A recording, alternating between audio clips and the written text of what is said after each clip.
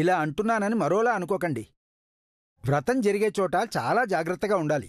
లేదంటే అమ్మవారి అనుగ్రహం కాకుండా ఆగ్రహం చవిచూడాల్సొస్తుంది. ఇది అందరికీ అశుభం.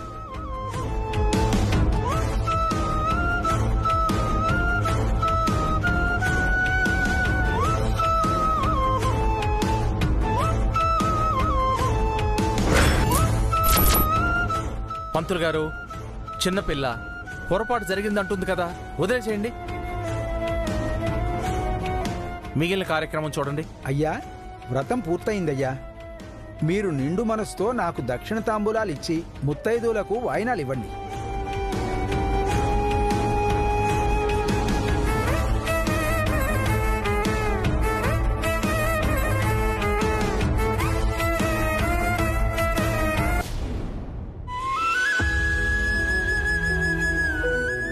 యజమానస్య సర్వాభీష్ట సిద్ధిరస్తు, సంపూర్ణ అనుగ్రహ కటాక్ష ప్రాప్తిరస్తు, మనోవాంఛాఫల సిద్ధిరస్తు, శతమానం భవతి శతాయు పురుషస్యతేంద్రియ ఆయుష్యేవేంద్రియే ప్రతిష్ఠతి. శుభం శుభం భూయాత్. వెళ్ళొస్తానమ్మా. మంచిది ప్రసాద్ గారు, వెళ్ళొస్తా. మంచిదండి.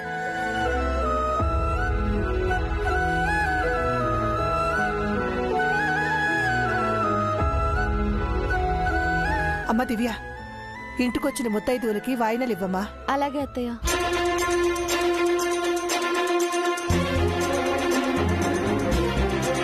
అత్తయ్య, మన అదృష్టం బాగుంది అత్తయ్య.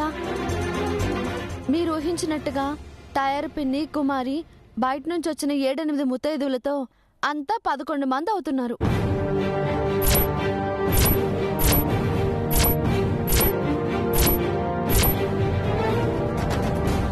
అమ్మ దివ్య, అందరం కలిసి 10 మంది ముత్తైదువులమే ఉన్నాం.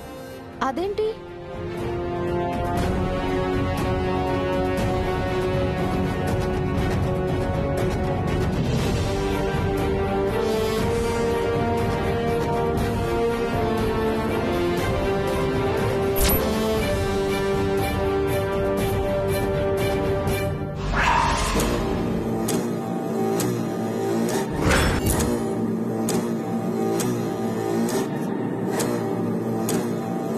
ఆ ఒక్కరిని అడ్డం పెట్టుకుని మిమ్మల్ని అందరినీ నేను బయటికి పంపిస్తాను. It's my challenge.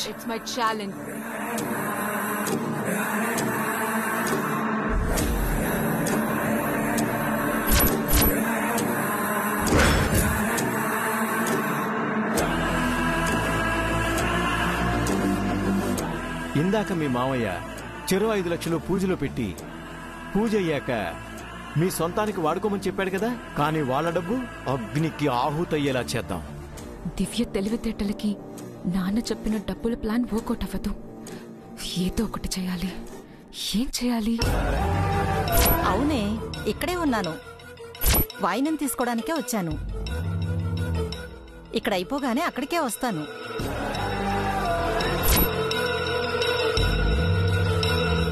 అత్తయ్య, పెద్దత్తయ్య ఏం చేస్తున్నారు? ఏంటవి? అవి వాయినాలు.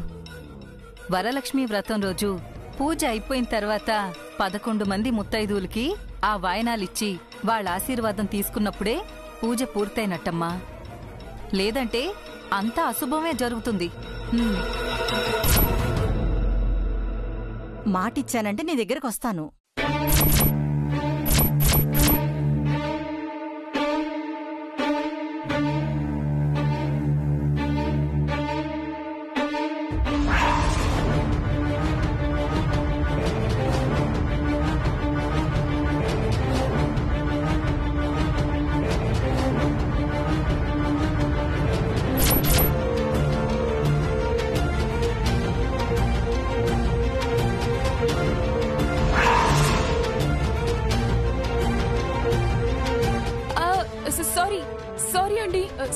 సారీ అండి, చూసుకోలేదు.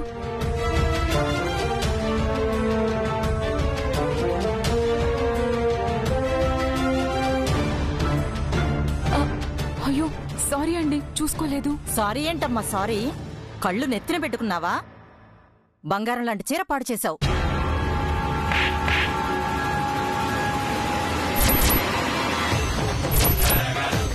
ఎవరినంటున్నావే కళ్ళు నెత్తికెక్కాయా అంటున్నావు?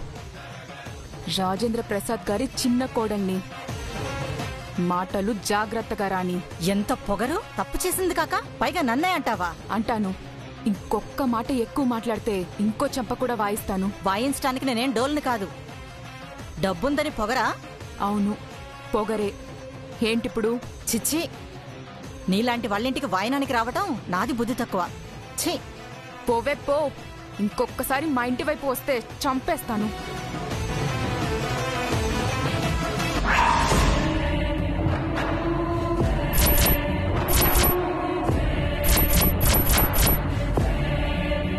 అయ్యయ్యో, 11 ముత్తైదు లేదా? ఇప్పుడెలా? అమ్మా, అది 11 ముత్తైదువు ఇందాక కోపంగా వెళ్ళిపోవటం నేను చూశానమ్మా.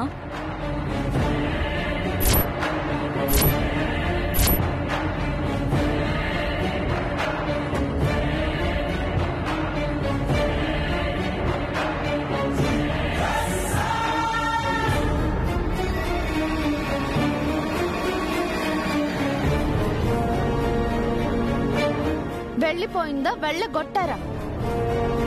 ఏమంటున్నావక్క? నా కూతురు నండవేంటమ్మా? అయినా మాకేం తెలుసు? మర్యాదల్లో ఆవిడకి మీరేం లోటు చేశారో అందుకే వెళ్ళిపోయి ఉంటుంది.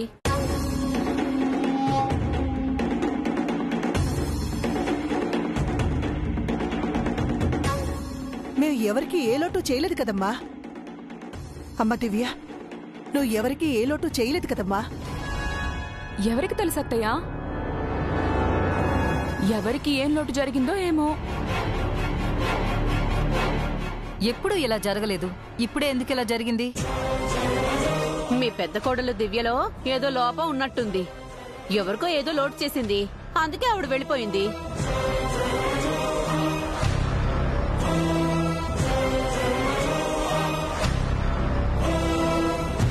11 మందికి వాయినాలిస్తే తప్ప వ్రతము పరిపూర్ణమైనట్టు కాదు. పైగా అరిష్టం కూడా.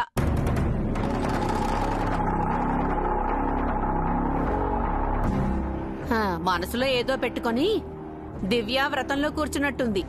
నా మనసులో ఎలాంటి కల్మషము లేదు పిన్ని. ఈ ఇంటికి మనందరికీ మంచి జరగాలని నేను కోరుకున్నాను. మరెందుకక్క 11 మంది ముత్తైదువులు లేరు? వాయినాలు ఇవ్వడం ఎందుకు ఆగిపోయింది? నిజంగా నీ మనసులో ఏముందో చెప్పు దివ్య. 11 ముత్తైదు నీ వల్లే వెళ్ళిపోయిందా? ఎందుకు ఇలా చేసావు? తన తప్పేం లేదు భువనా. ఆవిడ ఎందుకు వెళ్ళిపోయిందో మాకు తెలీదు. మీరేం చేయకపోతే ఆవిడెందుకు వెళ్ళిపోతుందండి? మా అమ్మాయికి చెడు జరగాలని మీరేమైనా చేశారేమో. అలాంటి ఉద్దేశమే మాకుంటే మీకు జరగాల్సిన చెడు ఎప్పుడో జరిగిపోయేది పిన్ని. మేము మంచిగా ఆలోచిస్తున్నాము కాబట్టే అందరితో మంచిగా ఉంటున్నాము. అందరితో మంచిగా ఉంటే ఆ ముత్తైదువు ఎందుకు వెళ్ళిపోయిందక్క? వాయినాలు ఎందుకు ఆగిపోయాయి?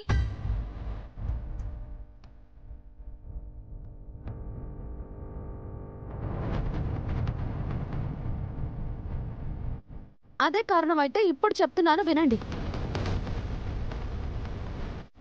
నా పూజలో నిజాయితీ, నా కోరికలో నిస్వార్థం, నా సంకల్పంలో మంచి ఉన్నట్టే అయితే 11వ ముత్తైదు వస్తుంది. 11వ ముత్తైదు వస్తుంది. ఈ వ్రతం పరిపూర్ణం అవుతుంది. ఈ వ్రతం పరిపూర్ణం అవుతుంది.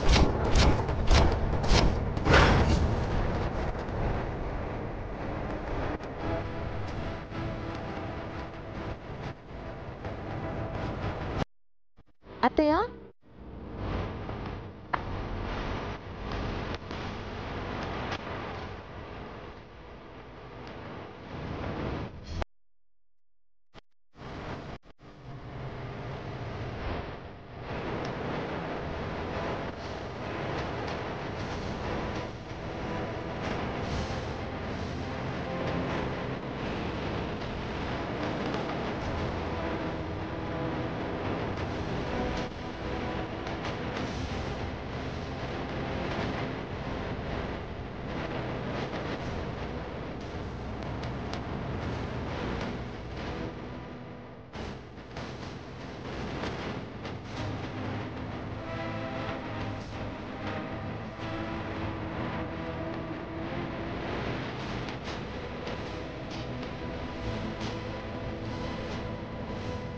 దయచేసి 11వ ముత్తైదు వచ్చేంత వరకు కాసేపు వెయిట్ చేద్దాం.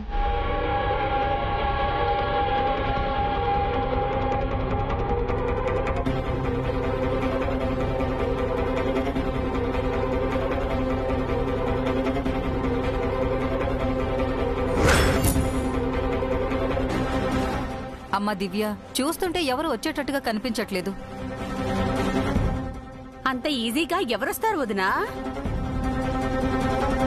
అయినా వ్రతం సంపూర్ణం కావాలంటే ఎంతో అదృష్టం ఉండాలట.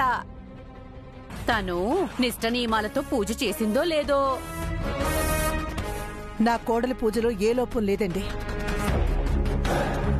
ఆ అమ్మవారిలో ఎంత శక్తి ఉందో నా కోడల్లో కూడా అంత నిజాయితీ ఉందండి. అది చూద్దామక్క. ఇంకొక 5 నిమిషాలు వెయిట్ చేద్దాం. ఎవరు వస్తారో చూద్దాం.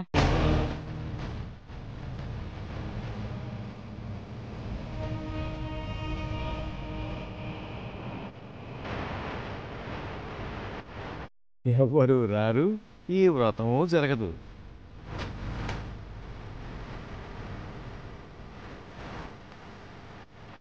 అమ్మా, నిష్ట నియమాలతో నిన్ను కొలిచాను. నా పూజలో నిజాయితీ ఉంటే నా వ్రతాన్ని సంపూర్ణం చేయమ్మా. అమ్మలగన్న అమ్మవి, నన్ను దీవించే ఓ అమ్మని పంపించు.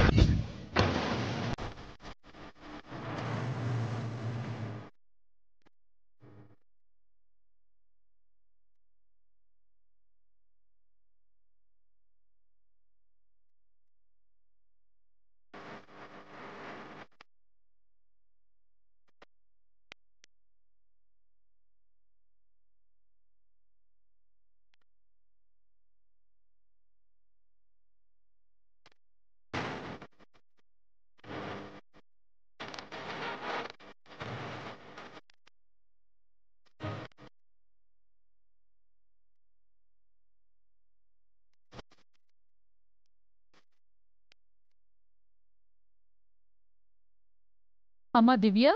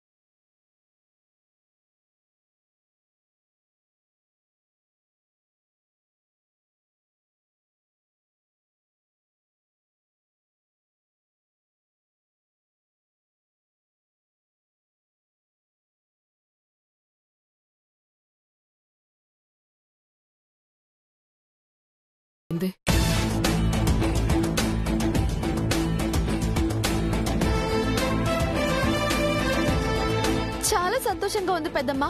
Thank you so much. రండి రండి.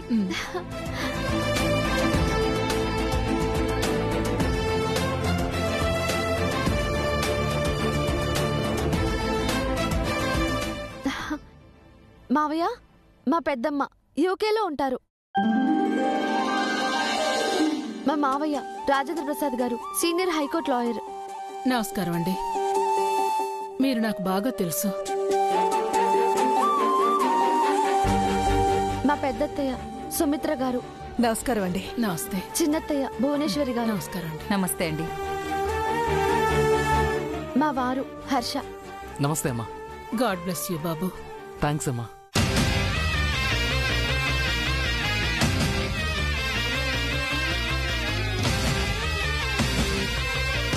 మీరు చాలా లక్కీ బాబు. మీదెంతో గొప్ప మనసు. మీ గురించి మా దివ్య అంతా చెప్పింది. అన్నీ ఉన్న అమ్మాయిలకే పెళ్ళవడం కష్టంగా ఉన్న ఈ రోజుల్లో మీరు మా దివ్యని పెళ్లి చేసుకోవడం చాలా గొప్ప విషయం.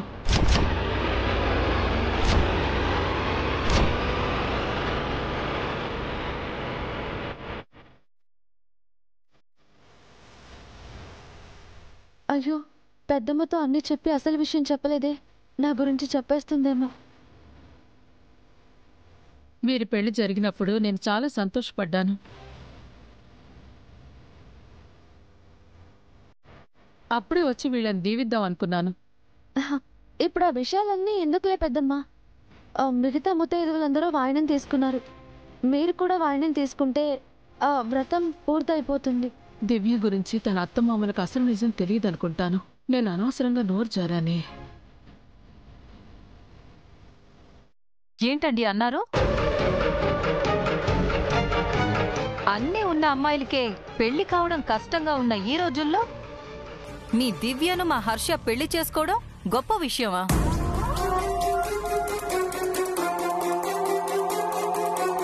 అంటే ఏంటి? దివ్యకి ఏదైనా లోపం ఉందా? తన జీవితంలో ఏదైనా లోటు జరిగిందా?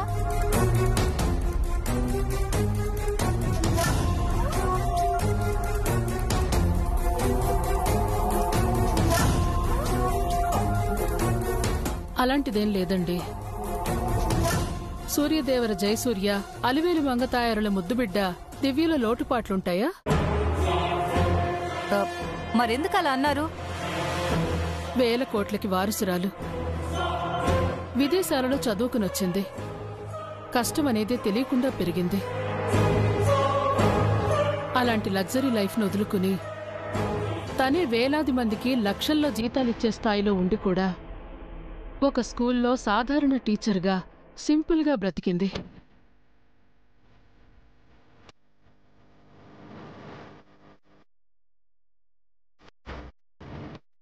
రాజేంద్ర ప్రసాద్ గారు లాంటి గొప్ప లాయర్కి కోడలై ఉండి ఈ సంపన్న జీవితం వదిలేసి హర్షబాబు కూడా సింపుల్గా బతికాడు.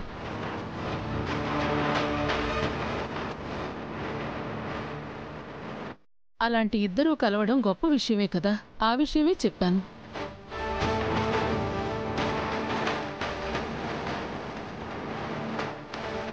ఈవిడ నా దగ్గర ఏదో విషయం దాస్తోంది. నిజంగా దివ్యలో ఏదో లోపం ఉన్నట్టుంది.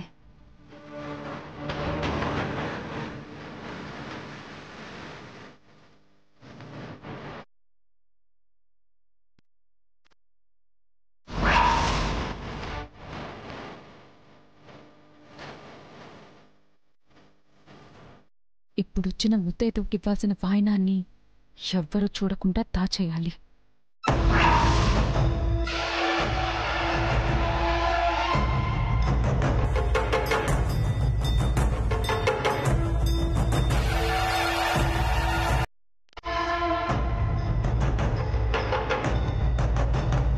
ఓ, అదా విషయం. కానీ నోనా అవన్నీ తర్వాత చూసుకుంది కానీ. అమ్మ దివ్య, మీ పెద్దమ్మ గారికి వాయనం ఇవ్వు. అలాగే మావయ్య.